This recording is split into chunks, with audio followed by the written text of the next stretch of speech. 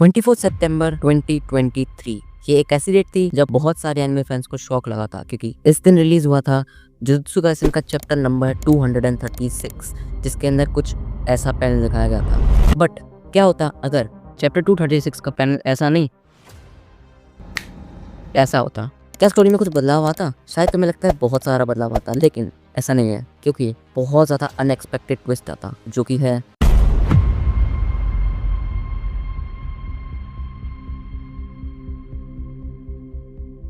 Shibuya instant arc के अंदर केंजाकू का प्लान था कि वो गोजो को प्रिजनमेंट के अंदर सील कर देगा। गोजो के सामने हनामी और जोगो खड़े हुए थे एंड उसके साइड में था फेक गेटो या फिर केंजाकू। केंजाकू प्रिजनमेंट को सेट कर रहा होता है, लेकिन इस बार गोजो कुछ सेंस करता है, बहुत ज्यादा एबनॉर्मल कर्स्ड एनर्जी की फ्लक्चुएशंस अपनी सिक्स आइज की मदद से। वो समझ जाता है यहाँ पे कुछ ना कुछ तो गड़बड़ है, क्योंकि वो उस टाइम पे उस फाइट में बहुत ज्यादा सीरियस था और क्योंकि वो थोड़ा सा थका हुआ भी था, वो बहुत ज्यादा हाफ रहा था उस टाइम पे। तो वो अपना डोमेन एक्सपेंशन करता है, infinity void second time. 領域展開無料空所 and वो देखता है गेटो के रोप के अंदर प्रिज्म रेन छुपा हुआ है। उसी मोमेंट पे गोजो यूज करता है RCT रिवर्स कर्स टेक्निक और वो स्प्लिट सेकंड के अंदर केंजाकू का पूरा ट्रैप फेल कर देता है।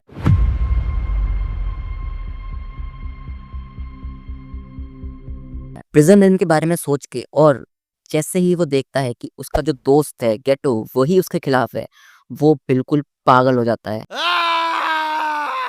जोगो को वो बिल्कुल एशेस में कन्वर्ट कर देता है, बिल्कुल वैसे ही जैसे सुकुना ने शिबुया इंसिडेंट आर्क के अंदर अपनी फूगा से किया था। एंड हानामी भी बिल्कुल गायब हो जाता है, चोजो वहां से भाग जाता है, लेकिन केंजाकू वहां से उरामे की आइस मिस्ट टेक्निक को यूज करके वहां से टेलीपोर्ट करके यहाँ से भाग जाता है। गोजो इतना पागल हो चुका था कि वो पूरी दुनिया में एक अनाउंसमेंट कर देता है कि तुमने मुझे सील करने की कोशिश की, अब उसके कॉन्सिक्वेंसेस झेलो। और गोजो सभी के ऊपर रैम्पेज पे चला जाता है। गोजो का नाम अब एक लेजेंड नहीं, वार्निंग बन गया था।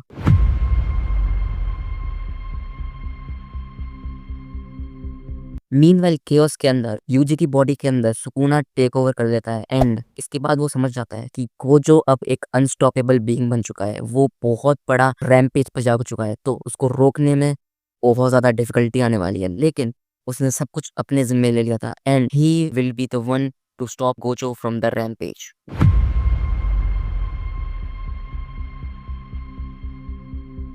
गोजो और सुकुना अपना अपना डोमेन एक्सपेंड करते हैं। यहाँ पे इन्फिनिटी वॉइड वर्सेस मेलोवेरेंट श्राइन होता है। मोरा का समन तो होता है, लेकिन इस बार कुछ अलग था, क्योंकि गोजो अकेला फाइट नहीं कर रहा था। एक फ्लैशबैक दिखाया जाता है कि यूजी, यूटा और हकारी एंटी डोमेन ट्रिक सीख के बैकअप के साथ आते हैं एंड गोजो मोरागा की एडेप्टेशन ट्रिक को ब्रेक कर देता है। फ्लैशबैक खत्म होता है और हम देखते हैं गोजो एक ऐसा मूव यूज कर रहा है जो कि फिजिक्स तक ब्रेक करने वाला है। वो यूज करता है इमेजिनरी पर्पल, जो कि सिर्फ और सिर्फ मैटर को इरेज नहीं करता, बल्कि सामने वाले की विल तक को डिस्ट्रॉय कर देता है।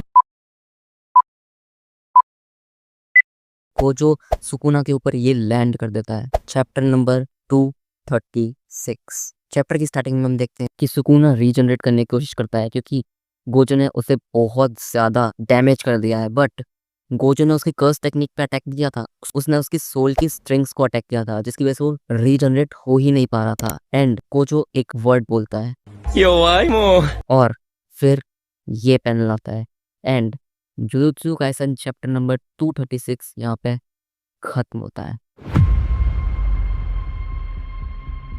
वॉर खत्म हो जाती है। गोजो एकदम विक्टोरियस खड़ा हुआ था, बट अभी भी कुछ ना कुछ गड़बड़ थी। केंजाकू गायब था, बहुत सारी चीजें अभी भी होनी बाकी थी। यूटा, यूजी और सभी लोग बहुत ज्यादा शॉक में थे, क्योंकि उन्होंने ऐसा रूप अपने सेंसे का कभी नहीं देखा था। बट अभी भी बहुत सारी चीजें होनी बाकी हैं। तो तुम कमेंट में बताना क्या तुम्हें इस चीज का पार्ट 2 चाहिए, और अगर तुम्हें पार्ट 2 चाहिए तो कमेंट में लिख दो यस। सब्सक्राइब कर देना, इस वीडियो पे लाइक हम करते हैं 100 लाइक्स का, और अगर ये लाइक टारगेट पूरा हो गया तो मैं इसका पार्ट 2 जरूर बनाऊंगा। तब तक तुम देखो कि टॉम एंड जेरी की कुछ ऐसे फैक्ट्स जो तुम्हें बिल्कुल नहीं पता होंगे एंड तुम इनको सोच के बिल्कुल हैरान हो जाओगे। तब तक के लिए मैं चला दूसरी वीडियो बनाने। Good bye.